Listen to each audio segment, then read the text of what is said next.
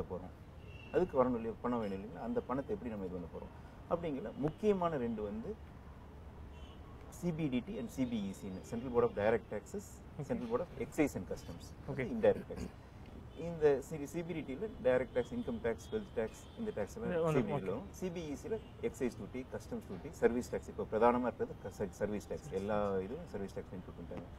Even இன்னைக்கு ஒரு என்னன்னா உங்களுக்கு சர்வீஸ் டேக்ஸ் வந்து ரெஸ்டாரண்ட், ஏசி ரெஸ்டாரண்ட்ல போய் சாப்பிட்டாச்சுன்னா அதுக்கு சர்வீஸ் டேக்ஸ் கட்டணுங்கிற மாதிரி ஒரு இது வந்திருக்கு இன்னைக்கு. லைக் நமக்கு இது பிட்சால இருந்துச்சு இல்லையா சார், லக்ஸுரி டாக்ஸ் தனியா அந்த மாதிரி ஒரு லக்ஸுரி டாக்ஸ்ங்கிறது அது ஒரு என்டர்டெயின்மெண்ட் டாக்ஸ் மாதிரி. ஆமா, இந்த மாதிரி இது வந்து 2-3 டாக்ஸ் மேல சர்வீஸ் டாக்ஸ் வந்திருக்கு. Okay right, okay. இத பத்தி கூட நம்ம அப்புறம் பேசலாம், இந்த டாக்ஸ் பத்தி பேசல.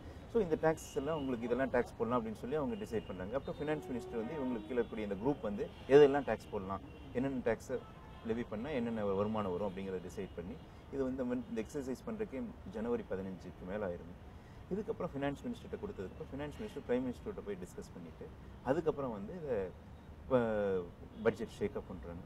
இதில் கடைசி ஒரு வாரம் வந்து இந்த பட்ஜெட் தயாரிக்கிறவங்க யாருமே வெளியில் போகக்கூடாது, எக்ஸப்ட் இந்த ஹை அஃபீஷியல்ஸ் தவிர இது எல்லாருமே அந்த நார்த் பிளாக்னு சொல்லக்கூடிய டெல்லியில் அங்கே தான் பட்ஜெட் ப்ரிப்பேர் பண்ணாங்க, அங்கே தான் இருந்து அதை ப்ரிப்பேர் பண்ணுறாங்க. கான்ஃபிடென்ஷியாலிட்டி 100% கான்ஃபிடென்ஷியாலிட்டி மெயின்டைன் பண்ணணும்னு நினைக்கிறாங்க. அதுக்குண்டான ஏற்பாடும் பண்ணுறாங்க. லைக் இது அவுட் ஆஃப் கொஸ்டின், என்னோட கியூரியஸுக்காக இந்த பொட்டி வச்சுட்டு வருவாங்க, லைக் ட்ரெடிஷனல் சிம்பாலிக். நேத்து கூட ஃப்ரெண்டு கூட பேசிட்டு இருந்தேன், ஐபேடெல்லாம் வந்துருச்சு, ஐபேடெல்லாம் வந்துச்சு, இன்னும் வந்து பொட்டி பிடிச்சிட்டு இருக்கணும்னு. அது ஆக்சுவலி அது என்ன சார், லைக் இது அந்த காலத்துல வெள்ளக்காரர் காலத்துல இருந்தே அது ஒரு இது இருந்துட்டு இருக்கு. அதனாலதான் இன்ஃபேக்ட் இப்ப மாத்தினது உங்களுக்கு கொஞ்ச நாள் முன்னாடி தான், முதல்ல ஆஃப்டர்நூன் தான் பட்ஜெட் நடந்துட்டு இருந்தது, 5 மணிக்கு சாயந்தரம் 5 மணிக்கு. என்ன காரணம்னா அங்க வந்து இங்கிலாந்துல வந்து அவங்களுக்கு அப்பதான் பகல் நேரங்கிறதுனால அவங்க பாக்குறதுக்காக. அதை இப்பதான் ஒரு 7-8 வருஷத்துக்கு முன்னாடி, ஒரு 10 வருஷத்துக்கு முன்னாடி தான் அதை மாத்தினாங்க. அதை காலையில 11 o'clock. நம்ம ஏன் அதை ஃபாலோ பண்ணணும், நீங்க இப்ப கேள்வி கேட்ட மாதிரி ஏன் பொட்டின்னு கேட்டீங்க, அந்த மாதிரி அந்த கேள்விக்கு இந்த மாதிரி மாத்தாரு. நேத்து ஒரு கார்ட்டூன் லைக் சோஷியல் வெப்சைட்ல வந்தது, லைஃப் ஆஃப் பை மூவியை இமிடேட் பண்ண கார்ட்டூன். அது லைஃப் ஆஃப் சீன்னு சொல்லி சிதம்பரம் சார் வந்து மிதங்கிட்டு இருக்கிற மாதிரியும், அந்த போட்ல புலி இருக்கு, வா உள்ள வான்னு சொல்றாங்க. அது இந்த புலின்னு சொன்னீங்களா, அது இந்த உண்மையாவே இந்த பட்ஜெட்ல வந்து ஒரு புலி பிடிச்ச மாதிரி தான். என்ன இப்போ பட்ஜெட் போடுறதுக்கு நம்ம இப்போ வந்து நம்ம நாடு வந்து 1991க்கு உண்டான நிலையில இருக்குங்க. ஏன்னா நம்ம வந்து பிசிக்கல் டெபிசிட், விலை உயர்வு கேட்க வந்து லைக் அந்த டேர்ம் கொஞ்சம் டிஃபைன் பண்ண முடியும். லைக் பிசிக்கல் சொல்லக்கூடிய விஷயம், பிசிக்கல் டெபிசிட்ங்கிறது இம்போர்ட், நம்மளுடைய வரவு செலவு உண்டான கேப் தான் பிசிக்கல் டெபிசிட். இது இன்னும் பொருளாதார நிபுணர் இவருக்கு இன்னும் நல்ல டீடைலா எக்ஸ்பிளைன் பண்ணுவாருங்க.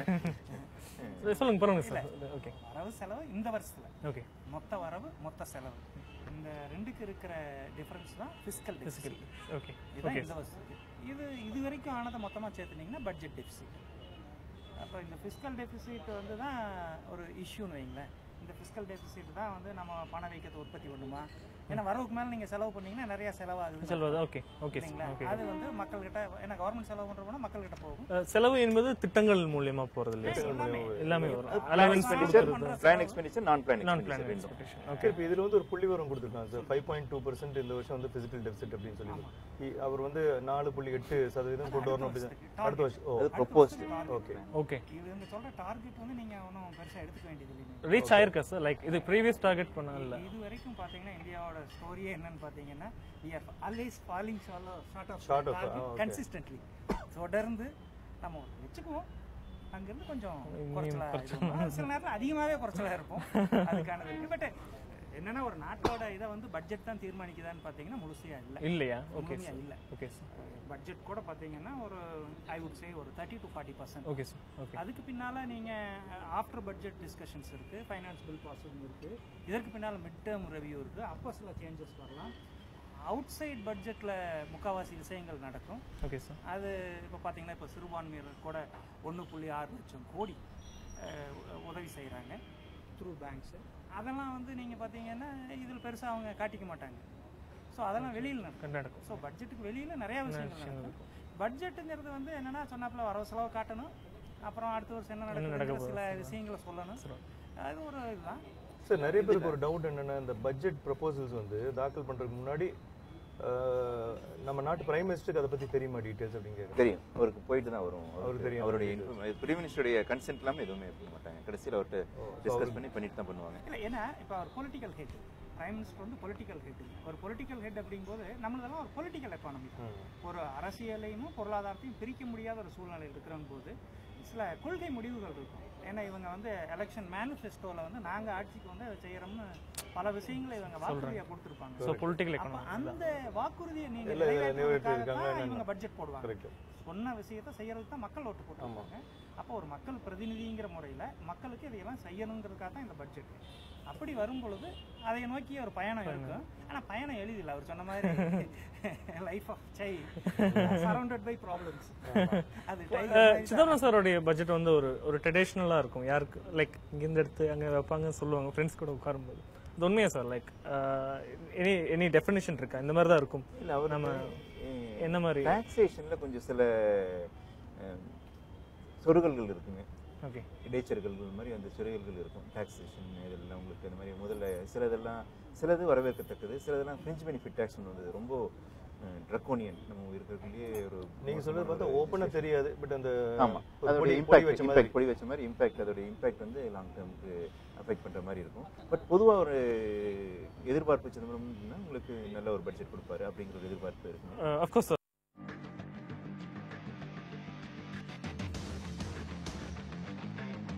இந்த எஸ்டேட் டியூட்டி எவ்வளோ வரும், ஆர்டினரி டேக்ஸ் எப்படி இருக்குது, நம்மளுடைய வாழ்க்கை முறையும் மொத்தமாக போட்டி போட்டுருவோம். டைரக்ட் டாக்ஸஸ்ல என்ன பண்ண போறாங்க? 1 கோடி ரூபாய்க்கு மேல வருமானம் ஈட்டக்கூடியவர்கள். இல்லை, எனக்கு 2 விதமான பயன். ஒன்று, நம்மளுடைய கல்ச்சரல் ஃபவுண்டேஷனையே பாதிக்கும்னு நான் நினைக்கிறேன்.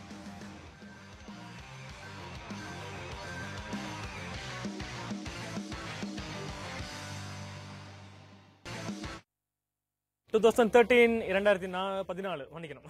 எனிவே இன்கம் எக்ஸ்பென்ஸ் பற்றி நிறைய விஷயங்கள் பேசிகிட்டு இருந்தோம். லைக் கண்டினியூ பண்ணலாம் சார். சொல்லுங்கள் சார். லைக் இன்கம் எக்ஸ்பென்ஸ் பற்றி பேசும்போது பிரேக் போயிட்டோம். இதிலிருந்து டாக்ஸஸ் எப்படி பிரிப்பாங்க சார்? இன்கம் எக்ஸ்பென்ஸ் விஷயங்கள் நான் முதல்ல உங்களுக்கு சொன்ன மாதிரி 2 விதமான tax, CBDT, CBEC, direct taxes, indirect taxes. Okay, part பில வரும் ஓகே அந்த டாக்ஸஸ். ஓகே, இப்போ அதை பற்றி உங்களுக்கு எப்படி அந்த பட்ஜெட்டோடைய செக்மெண்ட்ஸ் அப்படிங்கிறத கூட நம்ம கனகராஜ் சார் சொல்லுவார்.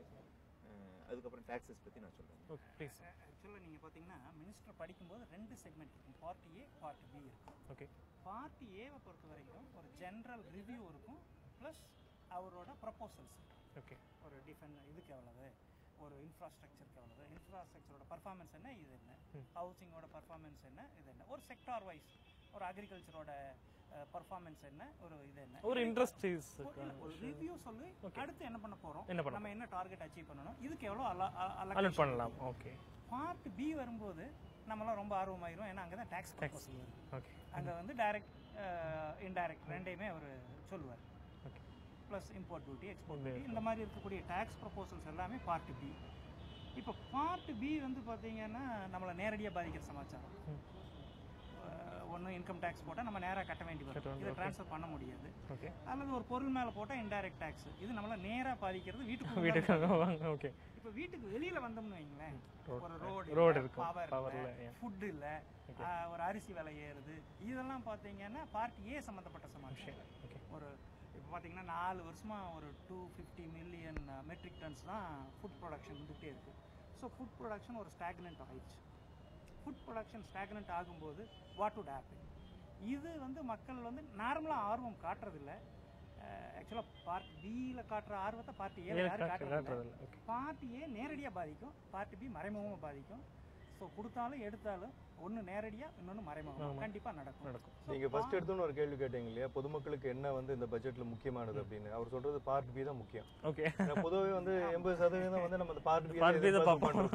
பார்ட் ஏ வந்து நம்ம வந்து சரி, இப்போ நீங்க சொன்ன பார்ட் விட முடியாது. அது ஓகே, அது விட முடியாது. ஆமா, இன்ஃப்ராஸ்ட்ரக்சர் எல்லாமே பவர் ஆகட்டும், ரோட் ஆகட்டும், அதெல்லாமே எஜுகேஷன் ஆகட்டும், அக்ரிகல்ச்சர் ஆகட்டும், இண்டஸ்ட்ரி ஆகட்டும், இதெல்லாம் பார்ட் ஏ நெக்லெக்ட் பண்ண முடியாது. இது ஒரு சிம்பிள் டேர்ம்ஸ்ல சொல்லணும்னா உங்களுக்கு பார்ட் ஏங்கிறது என்னென்ன செலவுகள், அது கேபிட்டல் இருக்கலாம், ரெவென்யூ இருக்கலாம், என்னென்ன செலவு ஆக போகுது, அடுத்த வருஷம் என்ன பண்ண போறோம், ஏன்னா அந்த பட்ஜெட் வந்து 22ஆம் தேதிக்குள்ள முடிச்சாகணும். அப்பதான் உங்களுக்கு அடுத்த வருஷம் செலவே பண்ண முடியும். உங்களுக்கு ஜஸ்ட் மினிட் சார், கால் இருக்கு சார். லைக் காலர்ஸ் வியூவர்ஸ் வந்து கால் பண்றாங்க, கால் பண்ணலாம்.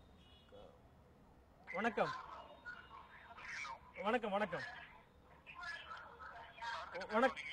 வணக்கம், உங்க பேரு? ஷோர், பேசலாம்.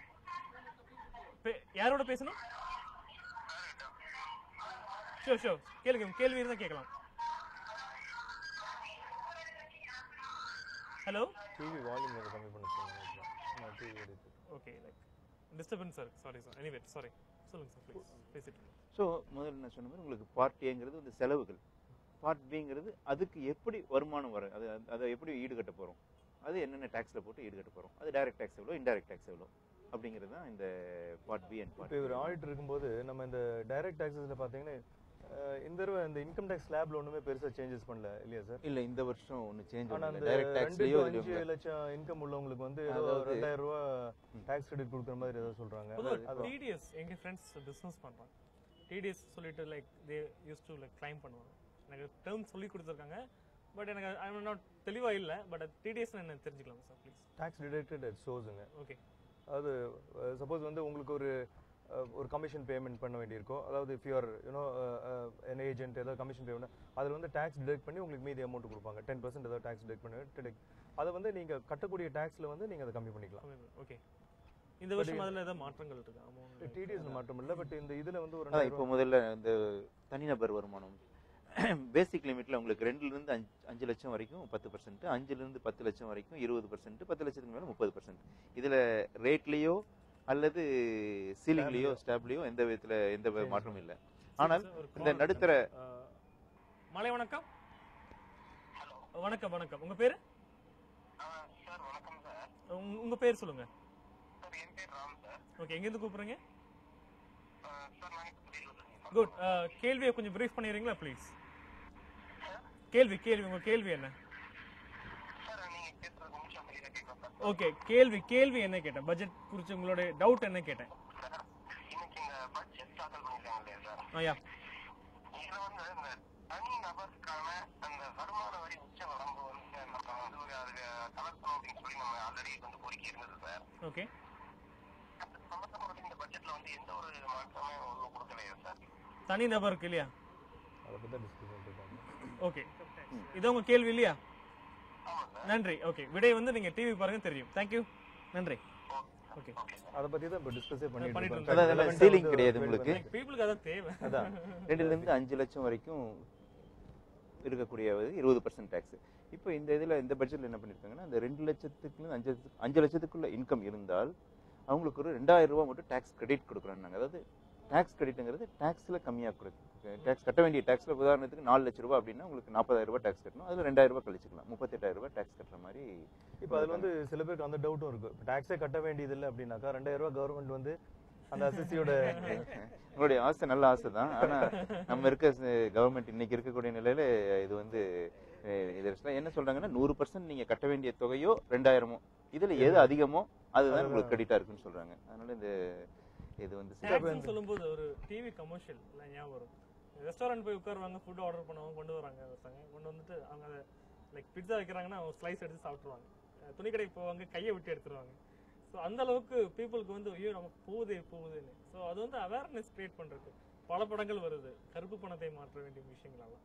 ஸோ டேக்ஸ்னா வில்லத்தனமான விஷயமா, அது வந்து நாட்டுக்காக கொண்டு வர்றாங்கன்னு அவேர்னஸ் மக்கள் கிட்ட இருக்கா சார்? இல்ல, இது நிச்சயமா இது அரசாங்கம் நடத்தணும் இல்லைங்களா? அரசாங்கம் நடத்துறதுக்கு ஏதோ ஒரு சோர்ஸ் ஆஃப் ரெவென்யூனா அது வருமானம் ஈற்றவங்க கொடுக்கணும் அப்படிங்கறது லாஜிக் கரெக்ட். டாக்ஸ் ரேட் வந்து ரொம்ப ரீசனபிளா தான் இருக்கு. அது இன்ஃபேக்ட் அதுக்கு ஒரு ஸ்டாட்டிஸ்டிக்ஸ் கூட நம்ம சொல்லலாம். டாக்ஸ் ரேட்டுக்கு இது வந்து குறிப்பா உங்களுக்கு வந்து ஏழை மக்கள், நடுத்தர மக்கள், பணக்காரங்க 3 பேத்துக்குமே இது வந்து ஏற்றது நம்ம நாட்டுல. அப்படின்னா எப்படி சொல்லணும்னா உங்களுக்கு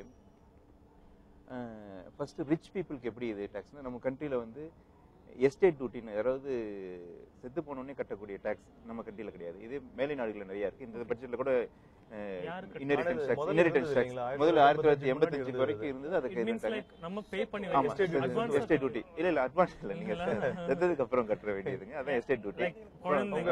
அசெட் நம்ம போகையில எஸ்டேட் டியூட்டி, எஸ்டேட் பாஸ் ஆன கோயில கொடுக்குறது. இது இன்ஹெரிட்டன்ஸ் டாக்ஸா வரும்னு பல பேர் எதிர்பார்த்துட்டு இருந்தாங்க. ஃபார்ச்சுனேட்லி அது வரல. ஏன்னா உங்களுக்கு அது 1985ல அபாலிஷ் பண்ணது. ஸோ கிஃப்ட் டேக்ஸ் கிடையாது. கிஃப்ட் டேக்ஸும் டிட்டரிங் எஃபெக்ட்ன்றதுக்காக செக்ஷன் 56 ஒரு சின்ன ஒரு அமௌண்ட் மட்டும் தான் இருக்கு. வெல்த் டேக்ஸ் ரொம்ப ரீசனபிள் ரேட், 1% தான் ரேட்டு. ஸோ ரிச்சுக்கு இது ஃபேவரபிள். அண்ட் மிடில் கிளாஸ் பீப்புளுக்கும் பார்த்தீங்கன்னா இப்போ டேக்ஸ் ஒரு 8 லட்சம் ரூபாய் இருக்குன்னா உங்களுக்கு எஃபெக்டிவ் ரேட் வந்து உங்களுக்கு இருக்கக்கூடிய பேசிக் எக்ஸம்ஷன் எல்லாம் போக 10.25% தான் வரும். Okay, middle segment. Then lower income group people, let us say நம்ம இந்தியாவோட பர் கேபிட்டல் இன்கம் வந்து இன்னைக்கு 54,500 ரூபாய். நம்மளுக்கு பேசிக் எக்ஸம்ஷனே அது போல 4 மடங்கு இருக்கு. க்ளோஸ் டு 2 lakhs அப்படிங்கிற 4 times ஆஃப் தி இது இருந்துட்டு இருக்கு. உங்களுக்கு அதனால இந்த 3 பேருக்குமே ஏற்றுதுங்க. இதே அவங்களுடைய பேசிக் பர் கேபிட்டா இன்கம் பக்கத்துலேயே டேக்ஸ் இருக்கும். ஃபார் எக்ஸாம்பிள் 60,000 ரூபாய்க்கு டேக்ஸ் கட்டுற மாதிரி ஒரு சூழ்நிலை வரும். அதனால டேக்ஸ் வந்து நம்ம ரேட் டெஃபினெட்லி நம்ம கண்ட்ரியோட ரேட்ஸ் வந்து ரொம்ப ரொம்ப ரீசனபிள் ரேட். அதில் ஒன்றும் மாற்றமே கிடையாது. பிகாஸ் அமெரிக்காவில் வந்து அதிகபட்ச டேக்ஸ் தான் 42% வரைக்கும் இருக்கு. ஆஸ்திரேலியாவில் இதை விட ஜாஸ்தி, யூகேல இதை விட ஜாஸ்தி. அந்த மாதிரி உங்களுக்கு வளரும் நாடுகள் வளர்ந்த நாடுகள் எல்லாத்துலயுமே இதை விட ஜாஸ்தியாக ரீசனபிளா இருக்கு. கம்ப்ளைண்ட்ஸ் வந்து கொஞ்சம் கம்மியா இருக்கு. Excuse me, sorry. வணக்கம் வணக்கம், உங்க பேரு? என் பேர் பாரதிங்க சார். ஓகே, உங்களோட கேள்வி கொஞ்சம் ப்ரீஃப் பண்ணிடுங்க ப்ளீஸ். ஓகே, எனக்கு என்னன்னா சீனியர் சிட்டிசன்ஸ்க்கு ஸ்பெஷல் பெனிஃபிட் இருக்கா? ஃபுல் சீனியர் சிட்டிசன்ஸ் அவங்களுக்கு ஏதாச்சும் ஸ்பெஷல் பெனிஃபிட் இருக்கா கேக்குறதா? Okay, can you repeat one more sir please? TV கொஞ்சம் கம்மி பண்ணிட்டு ஒரே ஒரு முறை உங்களோட क्वेश्चन ரிப்பீட் பண்ணுங்க ப்ளீஸ். சீனியர் சிட்டிசன்ஸ் அவங்க ரெகுலர் சீனியர் சிட்டிசன்ஸ் ஓகே, அவங்களுக்கு ஏதாச்சும் பெனிஃபிட்ஸ் இருக்கா? பெனிஃபிட்ஸ். இல்லை சீனியர் சிட்டிசனுக்கு அதாவது ஏதாச்சும் பெனிஃபிட்ஸ் அவங்களால எதிர்பார்க்க முடியும்? ஓகே ஓகே, நன்றி நன்றி. உங்களுடைய விடையை வந்து டிவியில் பார்க்கணும். நன்றி, thank you thank you so much.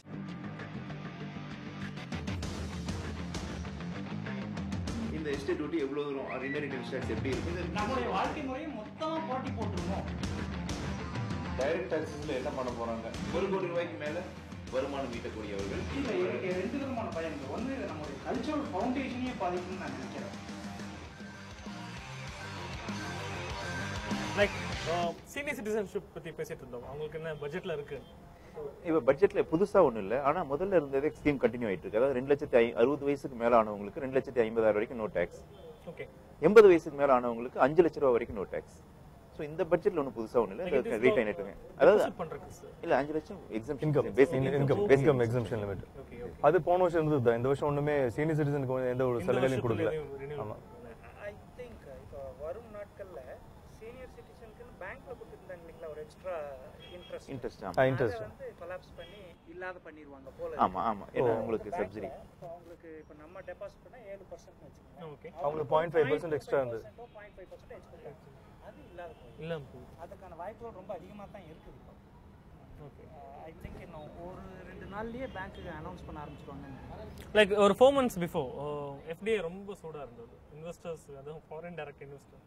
So அந்த விஷயத்தில் இப்போவும் அதே மாதிரி ஸ்மால் ஸ்கேல் வந்து இக்னோர் பண்ணுறாங்கன்னு ஒரு இங்கே எல்லாம் பேசிகிட்டு இருக்காங்க. பஸ்ஸிலே ஆகட்டும், பொதுவாக பேசுறது எப்போ இருக்கிறதாப்பான்னு. பட் இந்த வாட்டி வந்து அவங்களுக்கு ரொம்ப ஸ்கோப் நிறைய கொடுத்துருக்காங்கன்னு டவுட் இருக்குது. ஸோ ட்ரூ சார், உண்மையாது இல்ல பொதுவா நீங்க இப்போ அவங்க தான் இன்ட்ரடியூஸ் பண்ணியிருந்தாங்க. மத்திய ரேடியோ அட்வர்டைஸ்மெண்ட் கூட பார்த்தாலும் இந்த மளிகை கடை வந்து இப்போ வந்து பிரபலமா வந்து அட்வர்டைஸ் பண்ணிட்டு இருக்காங்க. இந்த நேபர்ஹுட் மளிகை கடை வந்து நம்ம வந்து என்கரேஜ் பண்ணோம் அப்படின்னு. சார் எஃப்டிஐஸ் வந்து என்னன்னா பொதுவா it's to improve your quality of லைஃப்ங்க. That is one. Second thing is அதுலயும் எம்ப்ளாயபிலிட்டி இருக்கு. ஒரு எஃப்டிஐ ஒரு ஆரம்பிச்சானாக்கா அதுலயும் வந்து நிறைய பேருக்கு வந்து எம்ப்ளாயபிலிட்டி இருக்கு இல்லையா sir? It is like you give lot of employment opportunities to people. Plus என்னென்ன ப்ராடக்ட்ஸ் இருக்கு, எத்தனை வகையான ப்ராடக்ட்ஸ் இருக்கு, அது எல்லாமே நமக்கு அதுல தெரியும். ஒரே விஷயம் sir, like best personally like support பண்ணலாம்னு நினைக்கிறீங்களா? இல்ல, என்ன பொறுத்தவரையில வந்து அதுல ஒன்றும் உங்களுடைய இல்ல. என்னோட வியூ வந்து தப்பே இல்லை. பிகாஸ் நீங்க வந்து இப்போ எனக்கு ஒரு மாலுக்கே போறீங்க அப்படின்னாக்கா, கோயம்புத்தூர்ல வந்து அது பெரிய ஒரு மாற்றம், ஒரு கல்ச்சர். அதுல போனாக்கா என்னென்ன இருக்கு அப்படின்னு நமக்கு அட்லீஸ்ட் தெரியுது. ஸோ அந்த எஃப்டிஐ வரும்போது நமக்கு வந்து என்ன ப்ராடக்ட் 6-7 இயர்ஸ் முன்னாடி டிபார்ட்மெண்ட் ஸ்டோர் வந்தப்போ இதே மாதிரி எல்லாரும் சொல்லிட்டு இருந்தாங்க. ஆமா, நம்ம அண்ணாச்சி கடையை விட்டுட்டு நம்ம like we are going to இந்த மாதிரி விஷயம் போறோம். சார் அதுல எப்போதுமே any change there is resistance அப்படின்னு சொல்றாங்க இல்லையா? அதே தான் இது. ஒரு மாற்றம் வரும்போது நமக்கு ரெசிஸ்டன்ஸ் கண்டிப்பா இருக்கு. கம்ப்யூட்டர்ஸ் வந்து இன்ட்ரோடியூஸ் பண்ணும்போது எல்லா ஆர்கனைசேஷன்ஸ் வந்து ஐ மீன் தி பப்ளிக் செக்டர் ஆர்கனைசேஷன்ஸ் அப்போஸ் பண்ணிட்டு இருந்தாங்க. இன்னைக்கு அது இல்லாம வேலை நடக்குதா சார்? இல்ல தருண், இப்போ இன்னொரு மாதிரி போவோம். இது இன்னொரு பாத்தீங்கன்னா இன்னொரு ஆங்கிள் வந்து பாருங்க. இது சரியா தப்பாங்கிறது ஒண்ணு, இல்லாத முடியுமாங்கிறது ஒண்ணு. ஓகே, இப்போ கரண்ட் அக்கவுண்ட் டெபிசிட் வந்து $75 பில்லியன் அப்படின்னா கிட்டத்தட்ட எவ்வளவு வருது?